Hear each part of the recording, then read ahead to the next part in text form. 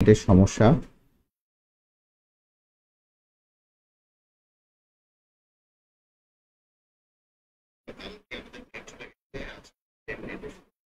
আচ্ছা, নেটের সমস্যার কারণে 5:30টায় আমরা আসতে পারি নাই। যাই হোক, ক্লাসটা শুরু করব।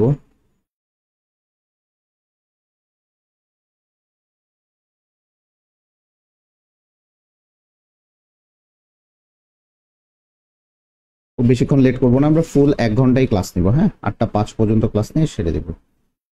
আজকে আমাদের মোটামুটি 3-4 টাইপের ম্যাথ আছে। সেই টাইপের ম্যাথটা থাকার কারণে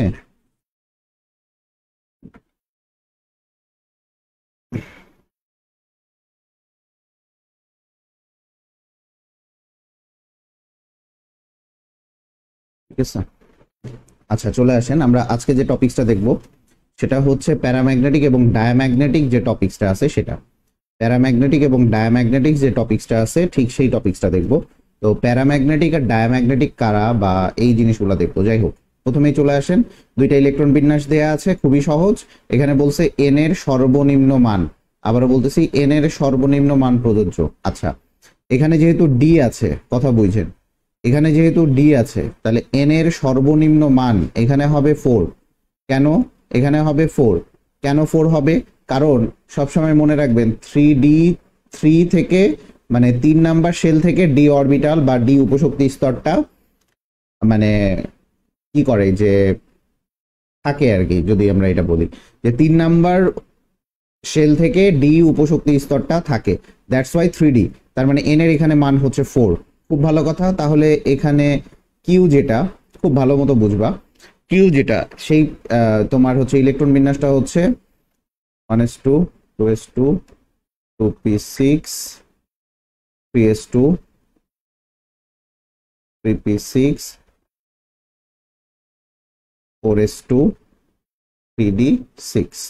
এইটা হচ্ছে আমার এই তোমার কিউ এর, আর এইটা হচ্ছে এল এর ক্ষেত্রে 1s2 2s2 2p6 3s2 3p6 4s2 3d10। ঠান্ডা মাথায় বুঝো। এইটা দেখো কয়টা হয়, 10 10 20 আর হচ্ছে 6 26। এই যে তোমার কিউটা যেটা, এটা হচ্ছে আয়রন, এটা হচ্ছে আয়রন, আর এটা হচ্ছে 30 আসে, এটা হচ্ছে জিঙ্ক। তো প্রথম প্রশ্নটা এখানে কি বলছে যে এল অবস্থান্ত ধাতু নয় কেন, ব্যাখ্যা করো। আচ্ছা, এল অবস্থান্ত ধাতু নয়, কথাটা বুঝবা। এল অবস্থান্ত ধাতু নয় কারণ অবস্থান্ত ধাতু তারা যাদের ডি 1 থেকে 9 পর্যন্ত থাকে, মানে ইলেকট্রন ডি 1 থেকে 9 পর্যন্ত থাকে, এরা হচ্ছে অবস্থান্তর ধাতু। অবস্থান্তর ধাতু, অবস্থান্তর ধাতু। বাট যদি D0 অথবা D10 থাকে, কথা বুঝবা, D0 অথবা D10 থাকে,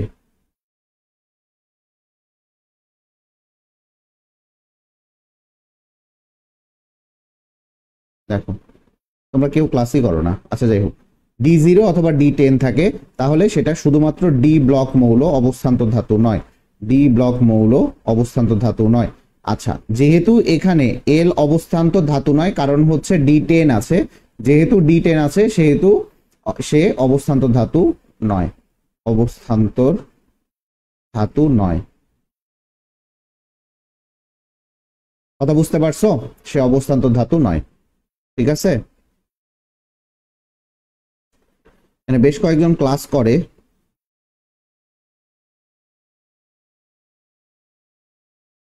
তারাও নাই। সে যাই হোক, না থাকলে নাই, সমস্যা নাই। কারণ যেহেতু এটা আমি ইউটিউবে দিয়ে দিব, তোমাদের ব্যাপার।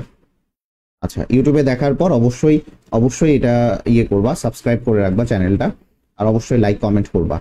আচ্ছা, তাহলে অবস্থান্ত ধাতু নয় কেন ব্যাখ্যা আশা করি বোঝা গেছে।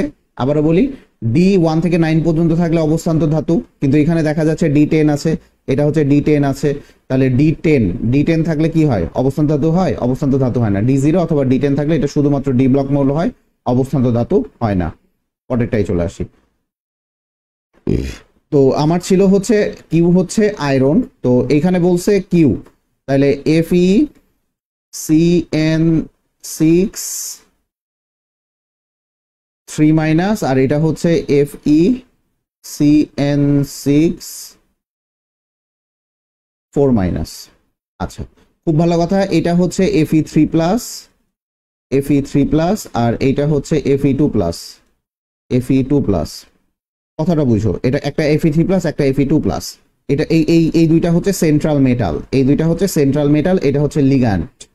ঠিক আছে, এই যে সায়ানাইড, এই সায়ানাইডটা হচ্ছে স্ট্রং ফিল্ড লিগ্যান্ড,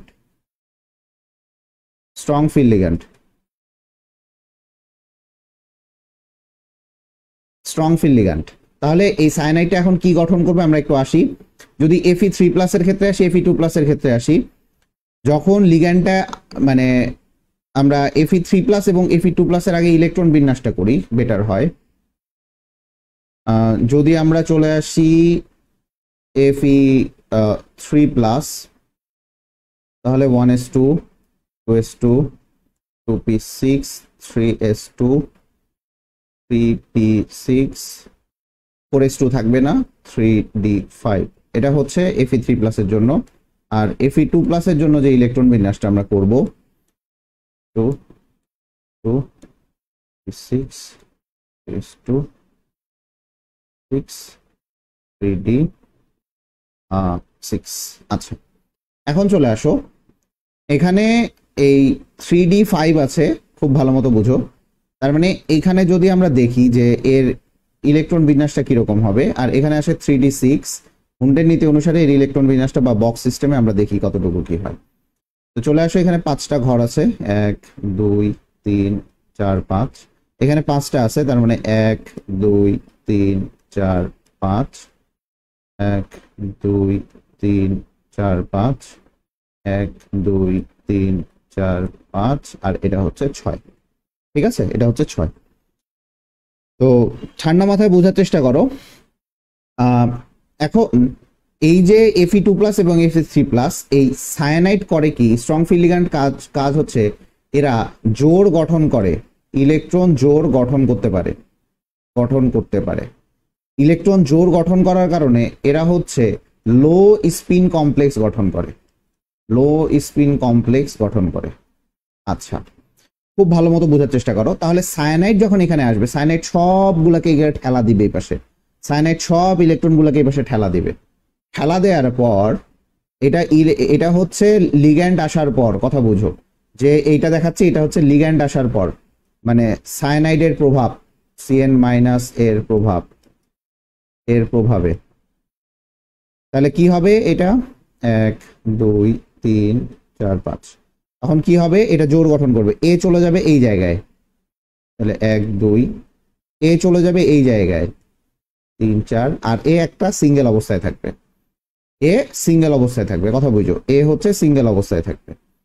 আচ্ছা, ঠিক সেম ভাবে যখন সায়ানাইড বা সায়ানাইডের প্রভাবে 2 প্লাসের ক্ষেত্রেও সেম দেখা যাবে, 1, 2, 3, 4, 5।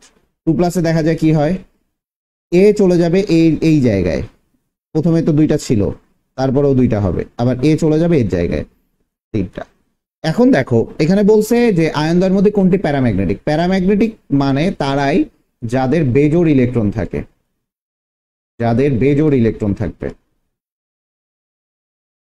বেজোড় ইলেকট্রন থাকবে। তাহলে বেজোড় ইলেকট্রন আছে কোথায়, এই যে বেজোড় ইলেকট্রন আছে, এখানে বেজোড় ইলেকট্রন আছে, কোনো বেজোড় ইলেকট্রন নাই। এই বেজোড় ইলেকট্রন না থাকার কারণে এটা একদম কিন্তু লো স্পিন কমপ্লেক্স গঠন করে, এবং এটা হচ্ছে ডায়াম্যাগনেটিক, ম্যাগনেটিক। আর এইটা হচ্ছে, যেহেতু বেজোড় ইলেকট্রন আছে, এটা হচ্ছে প্যারাম্যাগনেটিক। ঠিক আছে, তার মানে FeCN6 এ হচ্ছে প্যারাম্যাগনেটিক। তাহলে প্যারাম্যাগনেটিক কি ডায়াম্যাগনেটিক কি বুঝতে পারছো? ম্যাগনেটিক, তাহলে এটা হচ্ছে প্যারাম্যাগনেটিক।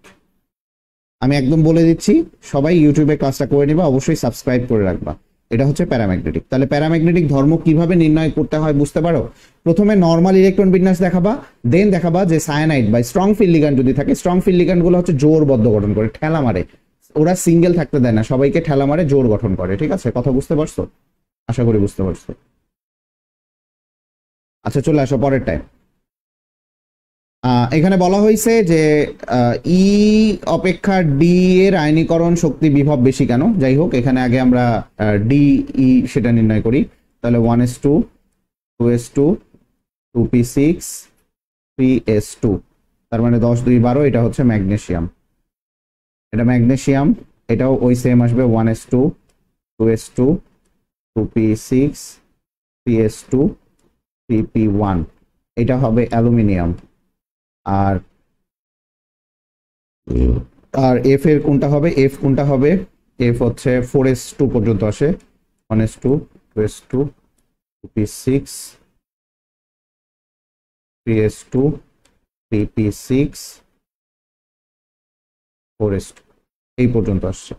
তার মানে এটা কি হবে 10 আর 10 20 ক্যালসিয়াম।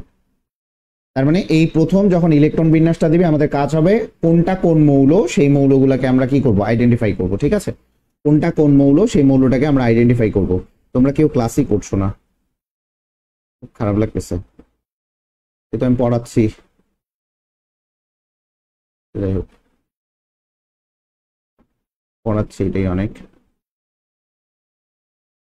একটু দাঁড়াও, হ্যাঁ, খুব বেশি না, 4 থেকে 5টা সৃজনশীল করবো আমরা। আমরা আবার বলছি 4 থেকে 5টা সৃজনশীল করব। ঠিক আছে, 4 থেকে 5টা সৃজনশীল করব। 5টা সৃজনশীলেই দেখা যাবে যে আমাদের মোটামুটি ভাবে আমরা কাভার করে ফেলতে পারছি।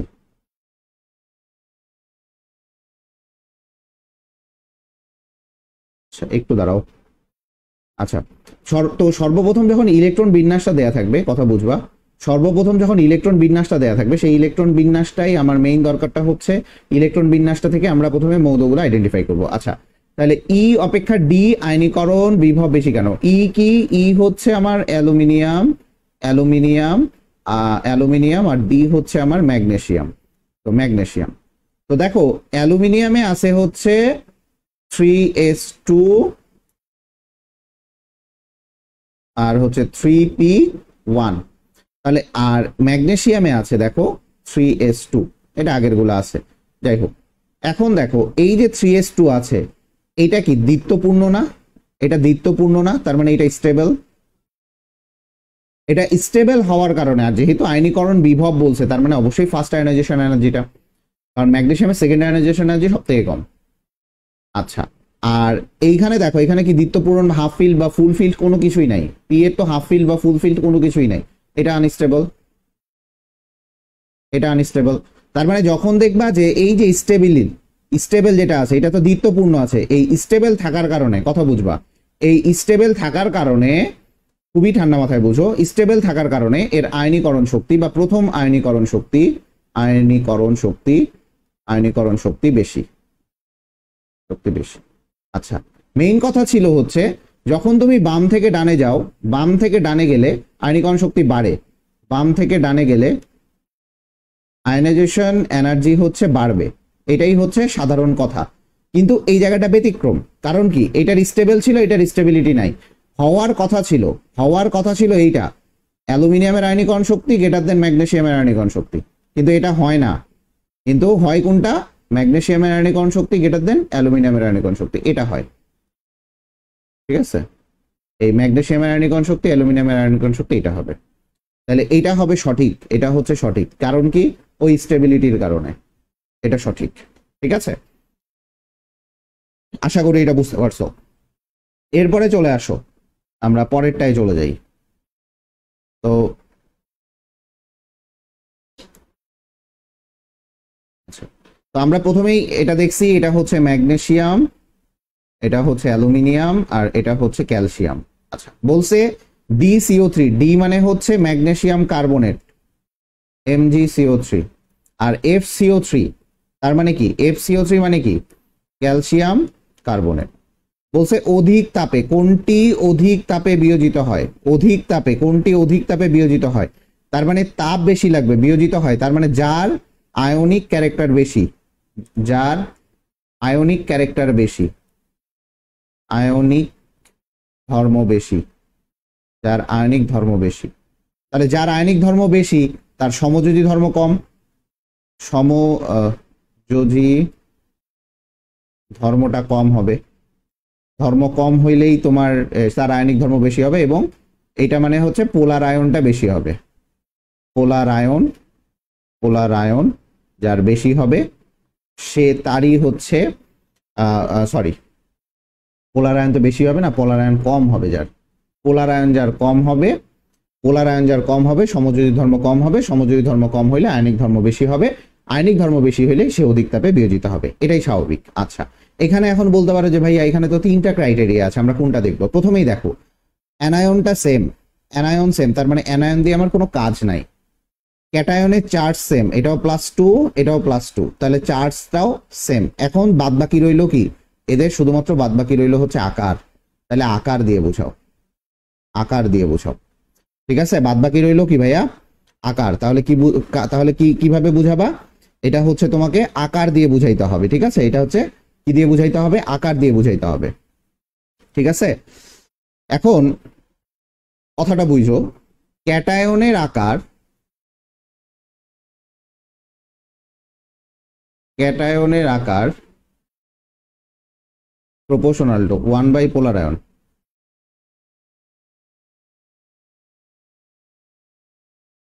এটা হচ্ছে নিয়ম, এটাই হচ্ছে অ্যাকচুয়াল সূত্র, যে ক্যাটায়নের আকার is proportional to, inversely proportional to 1 polar ion. তার মানে কি, যার ক্যাটায়নের আকার ছোট, তার ক্যাটায়নের আকার ছোট, তার পোলার আয়নটা হবে বেশি। তার মানে ম্যাগনেসিয়ামের পোলার আয়ন বেশি হবে, ম্যাগনেসিয়ামের পোলার আয়ন বেশি হবে, ম্যাগনেসিয়ামের পোলার আয়ন বেশি হবে, পোলার আয়ন বেশি হবে, ম্যাগনেসিয়ামের পোলার আয়ন বেশি হবে, আর ক্যালসিয়ামের পোলার আয়ন কি হবে? কম হবে। তার মানে আমি কি বলছি? যার পোলার আয়ন কম হবে, এর পোলার আয়ন কম হইলে সমযোজী ধর্ম কম, সমযোজী ধর্ম কম, সমযোজী ধর্ম কম, সমযোজী ধর্ম কম মানে কি? আয়নিক ধর্ম বেশি, আয়নিক ধর্ম বেশি হইলে এটা অধিক তাপে বিয়োজিত হবে। আয়নিক ধর্ম বেশি, আয়নিক ধর্ম বেশি, তার মানে আয়নিক ধর্ম বেশি মানে এই যে ক্যালসিয়াম কার্বনেট, এই ক্যালসিয়াম কার্বনেটটা কি হবে? এ হচ্ছে অধিক তাপে বিয়োজিত হবে, অধিক তাপে বিয়োজিত হবে, বিয়োজিত হবে।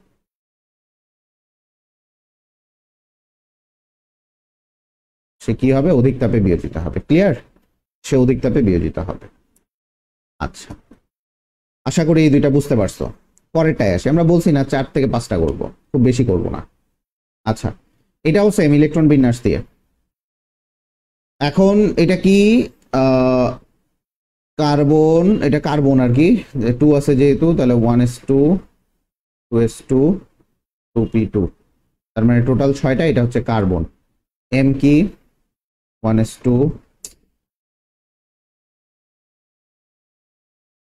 1s2 2s2 2p3। এম কি?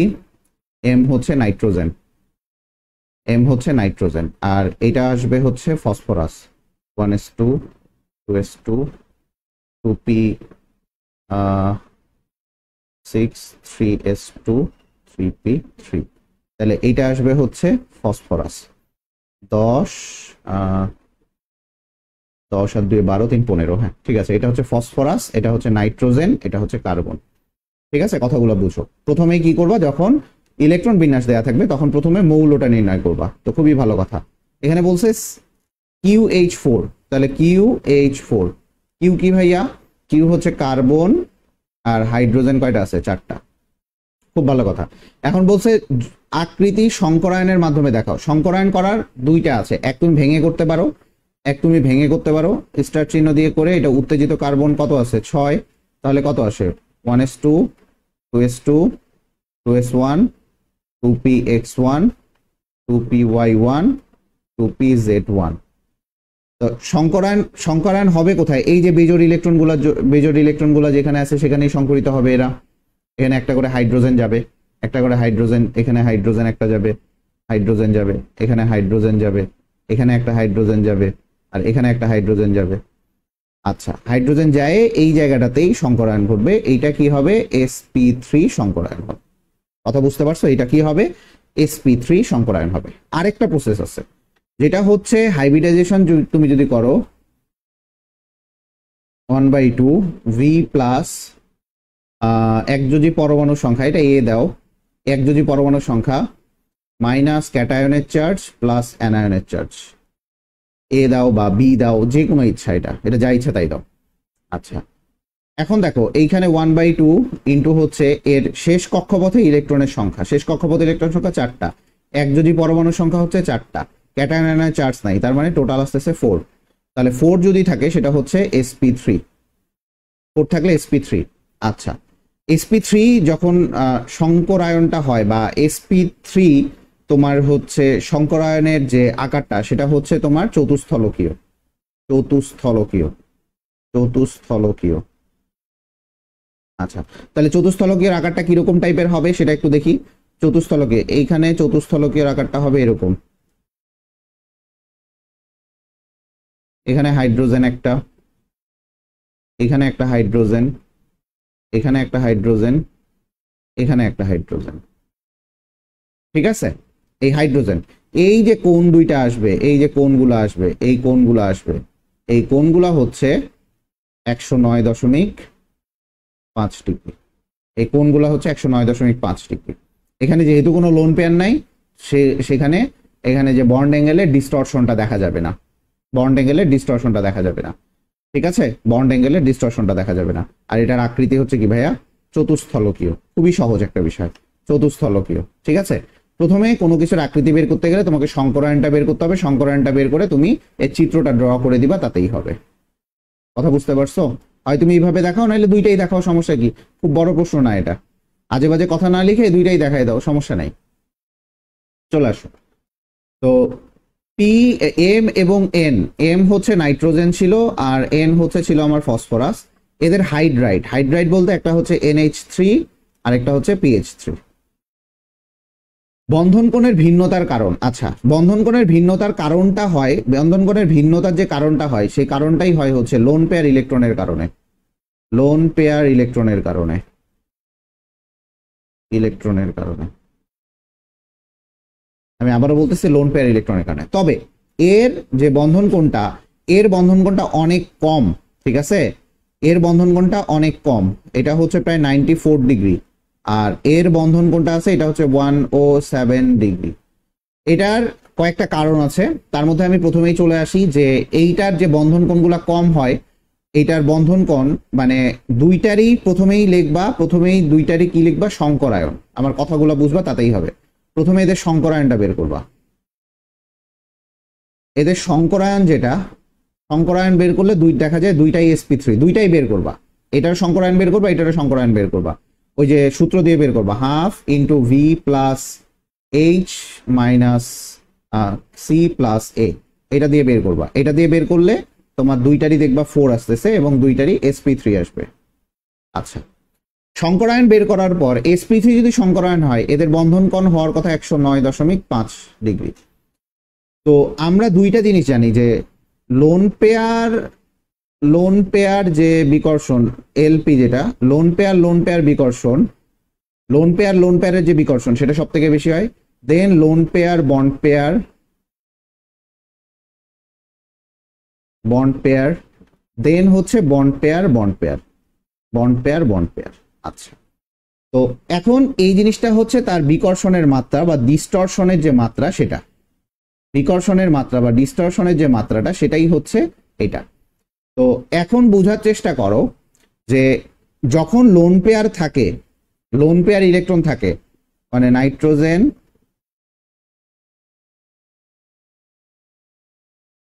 আচ্ছা যখন দেখো তাহলে এই যে lone pair electron, lone pair bond pair কি করবে? বিকর্ষণ করবে, এই পাশে ঠেলবে, এও এই পাশে ঠেলবে, খেলার ফলে এই কোণটা সংকুচিত হয়ে যাবে, এই যে এই কোণগুলো সংকুচিত হয়ে যাবে। মনে করো এটা থাকার কথা এইখানে, সে চলে আসবে এইখানে, সাপোজ থাকার কথা এইখানে, সে চলে আসবে এইখানে, এই ঠেলা খায় চলে আসবে, তার মানে বন্ধন কোণটা সাধারণতই কমে যাবে, 107 ডিগ্রি হয়ে যাবে। কথা বুঝতে পারছো? এখন চলে আসি PH4-এ, সরি PH3-তে, ওই সেম, এটা আরো কম, এটা H। আচ্ছা, এটা থাকার কথা ছিল এইখানে সাপোজ, তো এইখানেও হচ্ছে তোমার লোন পেয়ার ইলেকট্রন আছে, বাট এরটা কেন 94 ডিগ্রি হইলো? আচ্ছা, এখানে দুইটা কথা আছে যে এরটা কেন 107 ডিগ্রি। এখানে নাইট্রোজেনের যে তড়িৎ ঋণাত্মকতা, নাইট্রোজেনের তড়িৎ ঋণাত্মকতা কত? 3 না? নাইট্রোজেনের তড়িৎ ঋণাত্মকতা অনেক বেশি না?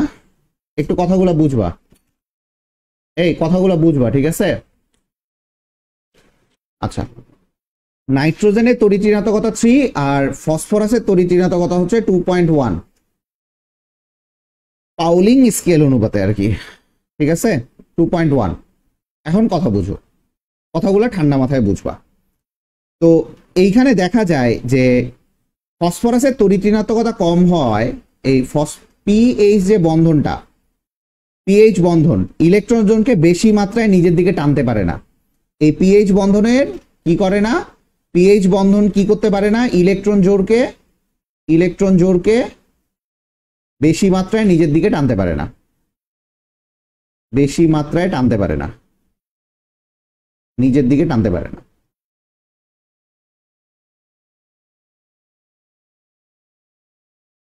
অপরদিকে এই নাইট্রোজেনের বন্ধন যেহেতু আছে, নাইট্রোজেনের এনএইচ যে বন্ধনটা আছে, নাইট্রোজেনের তড়িৎ ঋণাত্মকতা বেশি হওয়ায় দেখা যায় এর এই নাইট্রোজেনের যে ইলেকট্রন জোড়টা যেহেতু বেশি, তোমার হচ্ছে তড়িৎ ঋণাত্মকতা বেশি নাইট্রোজেনের, সেই ক্ষেত্রে এই নাইট্রোজেনের যে এনএইচ বন্ধনটা, এনএইচ বন্ধন জোড়কে বেশি নিজের দিকে টানবে, এ হচ্ছে বেশি টানবে, বেশি টানবে, ঠিক আছে?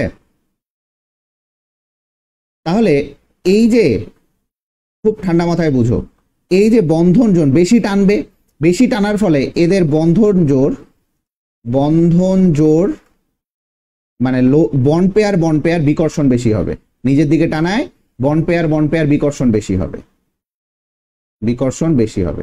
বন্ড পেয়ার বিকর্ষণটা বেশি হয়ে যাওয়ায় এই যে বন্ড পেয়ার বিকর্ষণ বেশি হয়ে, এই যে বন্ড পেয়ার বিকর্ষণ বেশি হয়, এই পাশে ঠেলবে এই পাশে ঠেলবে, এই জন্য এটা একটু স্ফীত হয়ে যায়, এটা একটু স্ফীত হয়ে যায়। আর এখানে বন্ড পেয়ারের বিকর্ষণ কম, এখানে বন্ড পেয়ারের বিকর্ষণ কম।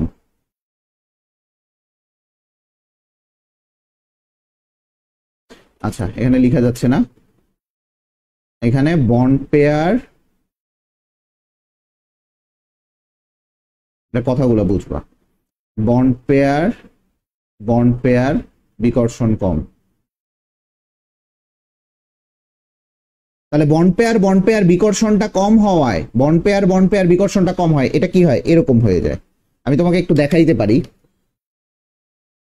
আমি তোমাকে যদি এরকম করে দেখাই, একটু বোঝার চেষ্টা করো।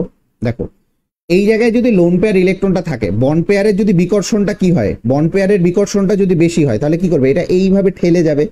বন্ড পেয়ারের বিকর্ষণটা যদি বেশি হয়, বন্ড পেয়ারের বিকর্ষণটা যদি বেশি হয়, তাহলে এটাও বন্ড পেয়ার, এ কি করবে, বিকর্ষণ হলে এরকম করে ছড়াই যাবে, এরকম করে ছড়াই যাবে।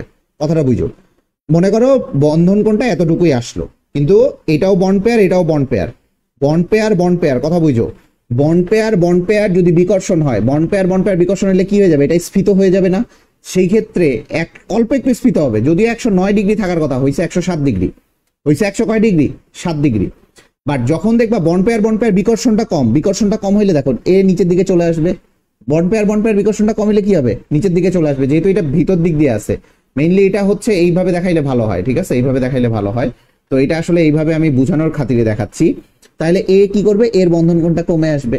দ্যাটস ওয়াই এখানে তোমার পিএইচ যে 3টা আছে, এর বন্ধন কোণটা হচ্ছে 94 ডিগ্রি, ঠিক আছে? এখানে বন্ড পেয়ার বিকর্ষণ কম, আর এখানে বন্ড পেয়ার বিকর্ষণ বেশি। এখানে বন্ড পেয়ার বিকর্ষণ বেশি কারণ হচ্ছে নাইট্রোজেন আর হাইড্রোজেনের যে তোমার হচ্ছে তড়িৎ ঋণাত্মকতা বা যেটাই বলো না কেন, নাইট্রোজেন হাইড্রোজেনের যে বন্ধনটা, সেক্ষেত্রে বন্ধন জোড় ইলেকট্রনকে তারা বেশি অ্যাট্রাক্ট করে, বিকজ অফ নাইট্রোজেনের তড়িৎ ঋণাত্মকতা কি বেশি, কার থেকে বেশি, ফসফরাসের থেকে বেশি। শেষ। আচ্ছা, আমরা লাস্ট একটা টপিকে যাব, এটাই শেষ আমাদের। আর একটা পড়বো অথবা 2টা পড়বো এরকম।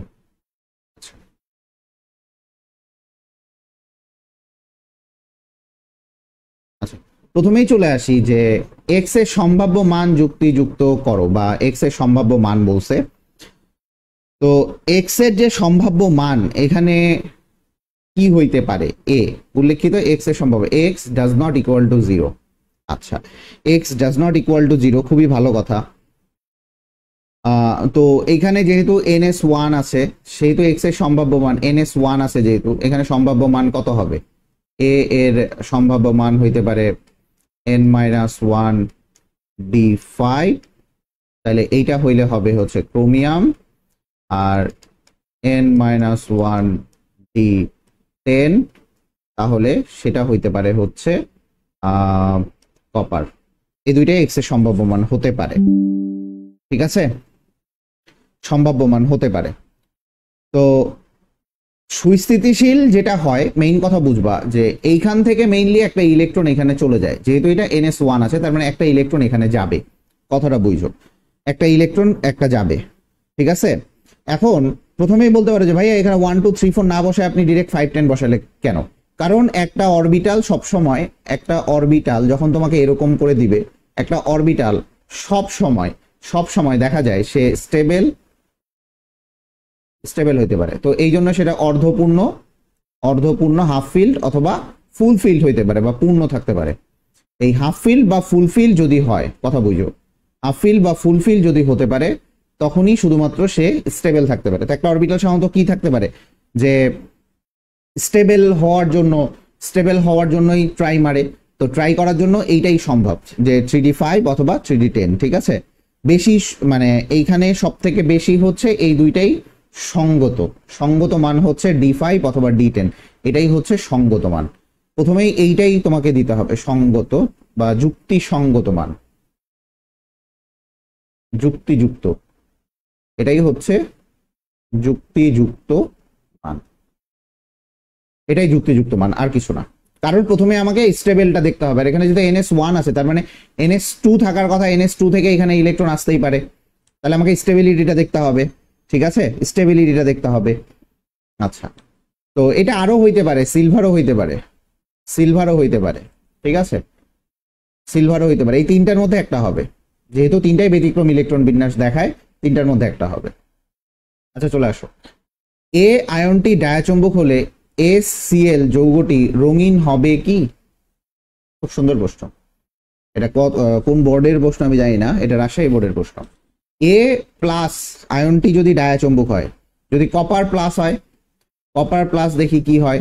কপার প্লাসে দেখা যায় যে হচ্ছে তোমার ইলেকট্রন বিন্যাসটা কি আসে, আর্গন আসে, এরপরে আসে 3d তোমার 10 আর 4s হচ্ছে 1। তো 4s1 থেকে ইলেকট্রনটা চলে যায়, তার মানে আমি এটা লিখবো না, 4s1 3d10। তো প্রথমেই বুঝতে পারতেছো যে ডায়াচম্বক এ আয়নটি, তাহলে ডায়াচম্বক এখানে কিন্তু পুরাটাই পরীক্ষা লব্ধ সবকিছু, তাহলে 1 2 3 4 5, এটা পুরাটাই এরকম 10টাই ফিল আপ থাকবে। যদি 10টাই ফিল আপ থাকে তাহলে এটা কি ডায়াচম্বক,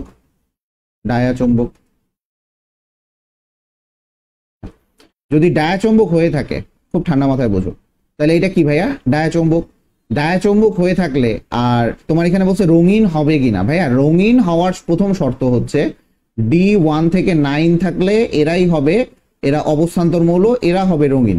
তো এখানে তো কোনোটাই নাই, তার মানে এইটা রঙিন হবে না,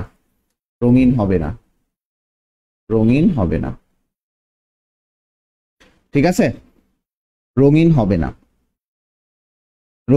না, কারণ এটা হচ্ছে DD ট্রানজিশনে, এটা পুরোটাই হচ্ছে নন ডিজেনারেট অবস্থায় পৌঁছাইতেই পারবে না, ঠিক আছে, ডিজেনারেট অবস্থা থেকে নন ডিজেনারেট অবস্থায় এরা পৌঁছাইতেই পারবে না, দ্যাটস ওয়াই এটা কি হবে না, রঙিন হবে না। সেম ভাবে তুমি কপার করছো, সেম ভাবে তুমি হচ্ছে ইয়ে করতে পারো, যেহেতু এখানে একটা প্রশ্ন বুঝবা যে এখানে বলছে ডায়াচম্বকীয় হলে, এখানে তুমি একটা প্রশ্ন করতে পারো যে ভাইয়া এখানে তো আপনি এ আয়নটি ক্রোমিয়ামও দেখাইলেন, ক্রোমিয়াম কি ডায়াচম্বক? ক্রোমিয়াম ডায়াচম্বক না, ক্রোমিয়াম হচ্ছে প্যারাচম্বক পদার্থ, ক্রোমিয়াম প্লাস প্যারাচম্বক পদার্থ, কারণ ক্রোমিয়ামে এখানে 5টা ইলেকট্রন আছে, তাহলে 5টা ইলেকট্রন কি অবস্থায় আছে, বেজোড় অবস্থায় আছে, তার মানে এটা প্যারাচম্বক ধর্ম।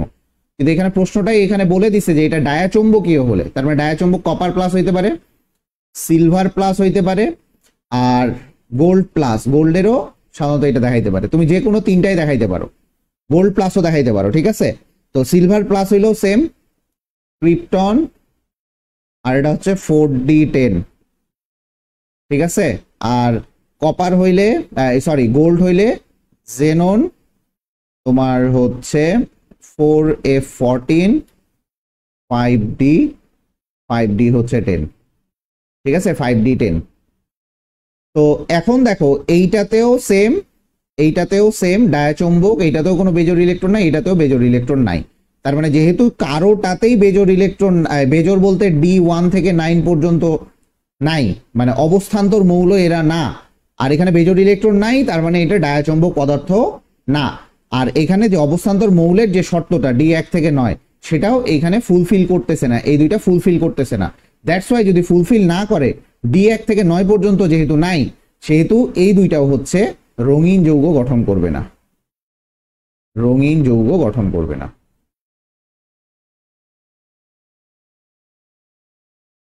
রঙিন যৌগ গঠন করবে, ঠিক আছে। তার মানে এটা কেউই রঙিন যৌগ গঠন করবে না, ঠিক আছে।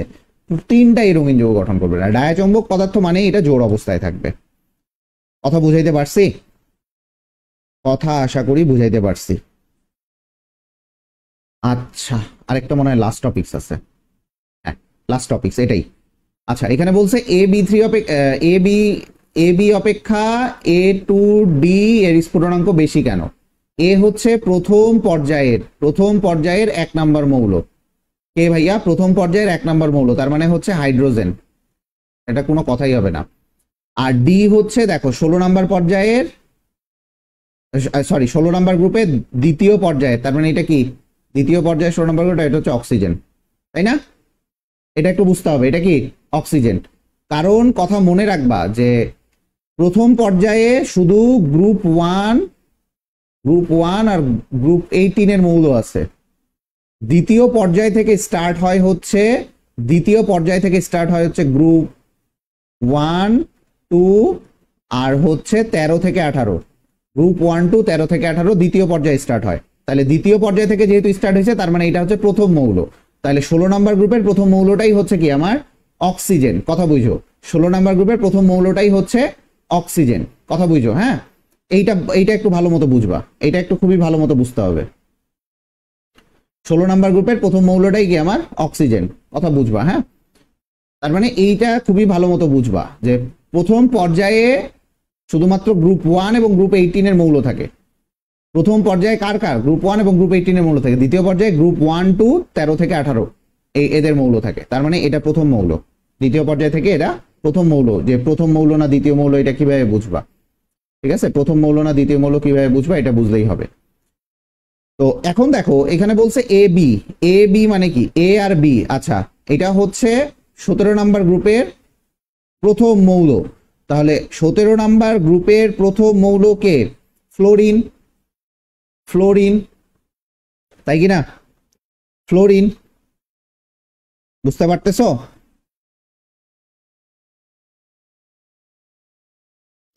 বুঝতে পারতেছো? এটুকু বুঝতে পারতেছো? আচ্ছা, বুঝতে পারলে খুবই ভালো কথা। তার মানে এ বি হচ্ছে তোমার HF আর A2B হচ্ছে H2O। এই দুইটার বলছে স্ফুটনাঙ্ক বেশি কেন? কার স্ফুটনাঙ্ক বেশি? এই পানির স্ফুটনাঙ্ক বেশি কেন? এর স্ফুটনাঙ্ক তোমার হচ্ছে 19.5 ডিগ্রি সেলসিয়াস আর পানির স্ফুটনাঙ্ক হচ্ছে 100 ডিগ্রি সেলসিয়াস। যদি স্ফুটনাঙ্ক মনে না থাকে কোনো সমস্যা নাই। দুইজনে হাইড্রোজেন বন্ড গঠন করে। হাইড্রোজেন বন্ড কারা গঠন করে? এটা মনে রাখবা, NOF, নাইট্রোজেন অক্সিজেন ফ্লোরিন। এরা হচ্ছে সাধারণত হাইড্রোজেন বন্ড, হাইড্রোজেনের সাথে হাইড্রোজেন বন্ড গঠন করতে পারে। ঠিক আছে, হাইড্রোজেনের সাথে এরা হাইড্রোজেন বন্ড গঠন করতে পারে। এখন চলে আসি এই হাইড্রোজেন বন্ডটা একটু দেখা যায়। এই যে HF, এইটা সাধারণত দেখা যায় সাধারণ তাপমাত্রা, এটা হচ্ছে গ্যাসীয়, এটা সাধারণ তাপমাত্রা হচ্ছে গ্যাসীয়, আর এটা হচ্ছে কি তরল। আচ্ছা, অনেক সময় আমরা পড়ছি যে ভাইয়া শুধু হাইড্রোজেন বন্ড থাকলেই হচ্ছে আমরা বলতে পারি যে এটার স্ফুটনাঙ্কটা বেশি হয়, কিন্তু দুইটাতেই হাইড্রোজেন বন্ড আছে। এইটার পার্থক্যটা কি?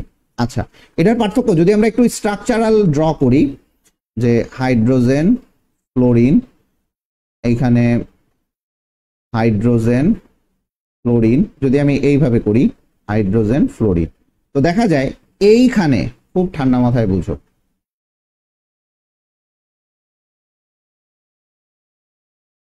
কোনটাতেই হলুদটাতেই এইখানে তোমার এরা হাইড্রোজেন বন্ড করছে, এখানে হাইড্রোজেন বন্ড, এটা হচ্ছে হাইড্রোজেন বন্ড।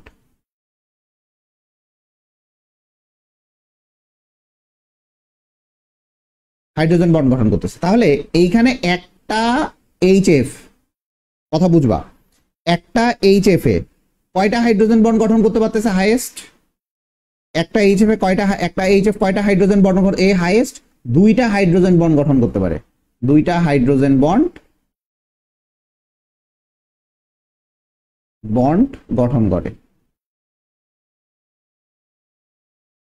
তাহলে এ হচ্ছে দুইটা হাইড্রোজেন বন্ড গঠন করতেছে, খুব ঠান্ডা মাথায় বুঝো। বাট যখন আমরা পানির অণুটার ক্ষেত্রে যাব, একটা পানির অণু কয়টা হাইড্রোজেন বন্ড গঠন করে আমরা এটা একটু দেখি। ও এইচ এইচ, কথাটা বুঝো।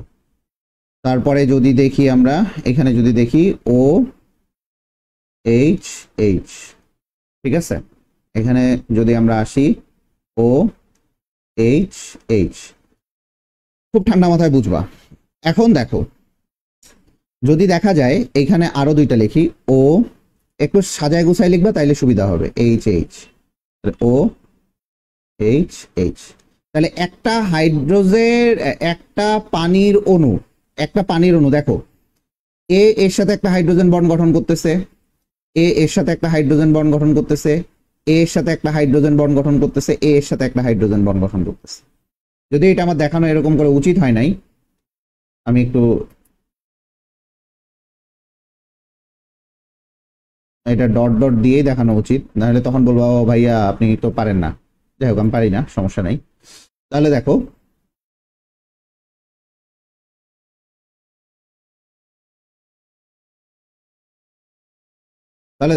এ কি করছে, এইখানে হাইড্রোজেন বন্ড গঠন করছে এইখানে।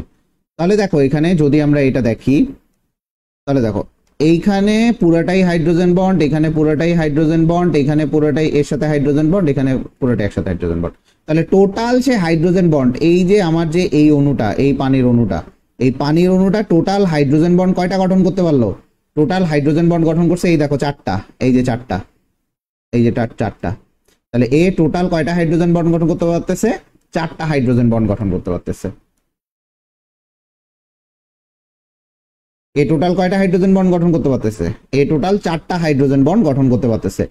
দ্যাটস ওয়াই চারটা হাইড্রোজেন বন্ড গঠন করতে পারতেছে, ঠিক আছে।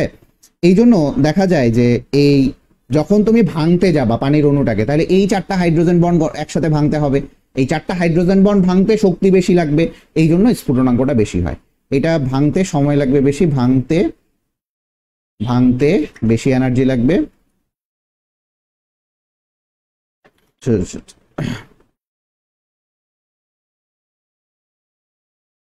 বেশি শক্তি লাগবে, বেশি শক্তি লাগবে। দ্যাটস ওয়াই এর হচ্ছে বয়লিং পয়েন্টটা, বা বয়লিং পয়েন্ট তো না, বয়লিং পয়েন্ট স্ফুটনাঙ্ক, এর বয়লিং পয়েন্টটা হচ্ছে তোমার বেশি হবে। তাহলে চারটা হাইড্রোজেন বন্ড ভাঙতে বেশি শক্তি লাগে, আর দুইটা হাইড্রোজেন বন্ড ভাঙতে এর থেকে কম শক্তি লাগবে। দ্যাটস ওয়াই ওর বয়লিং পয়েন্টটা হচ্ছে কম, এর বয়লিং পয়েন্টটা হচ্ছে বেশি। ক্লিয়ার? আশা করি বুঝতে পারছো, আশা করি বুঝতে পারছো, ঠিক আছে। তো লাস্ট প্রশ্ন আমার আজকের, এটাই আমার আজকের লাস্ট। এক্স ও ওয়াই এর সংকরায়ন ভিন্নতা কারণ ব্যাখ্যা করো। এক্স ও ওয়াই, এক্স হচ্ছে আমার কি 13 নাম্বার, 13 থেকে স্টার্ট হয় যেহেতু, 13 থেকে স্টার্ট হয় যেহেতু, 13 নাম্বার গ্রুপের প্রথম মৌলটা কি বলো দেখি? 13 নম্বর গ্রুপের প্রথম মৌলটা কি? হ্যাঁ, 13 নম্বর গ্রুপের প্রথম মৌলটা হচ্ছে বোরন না, পি। আর ওয়াই কি 15 নম্বর গ্রুপের প্রথম মৌল, 15 নম্বর গ্রুপের 15 নম্বর নিক্টোজেন্স। নিক্টোজেন্স মানে কি? নাইট্রোজেন, নাইট্রোজেন দিয়ে স্টার্ট। 15 নম্বর গ্রুপের প্রথম মৌলটা কি? নিক্টোজেন্স, মানে নাইট্রোজেন দিয়ে স্টার্ট। তাহলে কথা বুঝবা। তাহলে এখানে বলছে সংকরায়নের ভিন্নতা বিদ্যমান। আচ্ছা, সংকরায়নের ভিন্নতা বিদ্যমান কিনা সেটা আমরা একটু দেখি। নাইট্রোজেন যদি দেখি আমরা, নাইট্রোজেনকে প্রথমে যদি আমরা ভাঙি নাইট্রোজেন এক্সাইটেড অবস্থায়, তাহলে আমরা কি জানি? 1s2 2s1 2px1, না আমি একটু ভুল করছি মনে হয়, আগে প্রথমে নর্মালটাই করে নিই আমরা। প্রথমে নর্মালটা করো, যে নাইট্রোজেন যদি আমরা করি 1s2 2s2 2p3। তো নাইট্রোজেন যদি এক্সাইটেড অবস্থায় করি আমরা, তাহলে 1s2 2s2 2px1 2py1 2pz1। কথা বুঝছো? তো এইখান থেকে সে টোটালটা মিলায়া সেইখানে sp3 বন্ধন গঠন করবে। আচ্ছা ভাইয়া, এটা যদি না করি কোনো সমস্যা নাই, এটা যদি না করো তুমি ওই যে half into V plus H minus of C plus A, এটা করলেই হয়ে যাবে। অথবা তুমি এক্স দিতে পারো, এখানে এইচ না দিয়ে এক্স দিতে পারো, ঠিক আছে। এর সংকরা যদি আমরা এখানে চিন্তা করি যে NH3 এর জন্য, NH3 এর জন্য যদি আমরা চিন্তা করি, তাহলে এখানেও আসবে হচ্ছে sp3 একটা বন্ধন আসবে। আবার দেখো, যদি তুমি বোরনের এক্সাইটেড অবস্থায় যাও, বোরনের এক্সাইটেড অবস্থায় যাও, এখন বোরনের এক্সাইটেড অবস্থায় গেলে কি আসে, আমরা নর্মাল বোরনটাতে যাই, 5 1s2 2s2 2p1, তাহলে এটা কত আসবে 1s2 2s1 2px1 2py1 2pz0। কিন্তু বোরন এই জায়গাটাতে যায় শুধুমাত্র sp বন্ধন গঠন করবে, sp2 বন্ধন গঠন করবে বা সংকরায়ন ইয়ে করবে, ফর্ম করবে। তাহলে এ হচ্ছে sp2। সেম ভাবে তুমি BH3 তেও দেখাইতে পারো। তার মানে এইখানে কি থাকবে একটু বোঝার চেষ্টা করো, নাইট্রোজেনের 5টার মধ্যে তোমার হচ্ছে 2টা লোন পেয়ার আকারে থাকবে। কথা বুঝছো? এখানে এখানে বলতে পারো যে ভাইয়া এখানে তো sp3 কেমনে দেখাইলে না, এখানে লোন পেয়ার আকারে থাকবে 2টা, ঠিক আছে, একটা s 3টা p, এক জোড়া লোন পেয়ার আকারে থাকবে। কথা বুঝছো? কিন্তু লোন পেয়ার ইলেকট্রন আকারে থাকবে। তাহলে এখানে মেইনলি নাইট্রোজেনের ক্ষেত্রে sp3 বন্ধন গঠন হয় এবং এটার কোণ হয় 109.5 ডিগ্রি। আর sp2 যেটা হয় এর বন্ধন কোণ কত হয়, sp2 এর ক্ষেত্রে কত হয় 120 ডিগ্রি, ঠিক আছে না?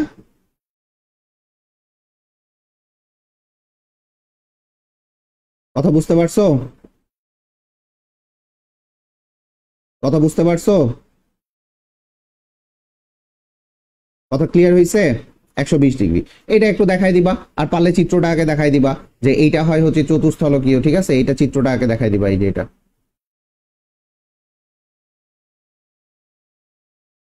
এটা হচ্ছে নাইট্রোজেনের জন্য, এখানে হাইড্রোজেন হাইড্রোজেন হাইড্রোজেন থাকবে, এটা লোন পেয়ার আকারে থাকবে, এটা লোন পেয়ার আকারে থাকবে, ঠিক আছে।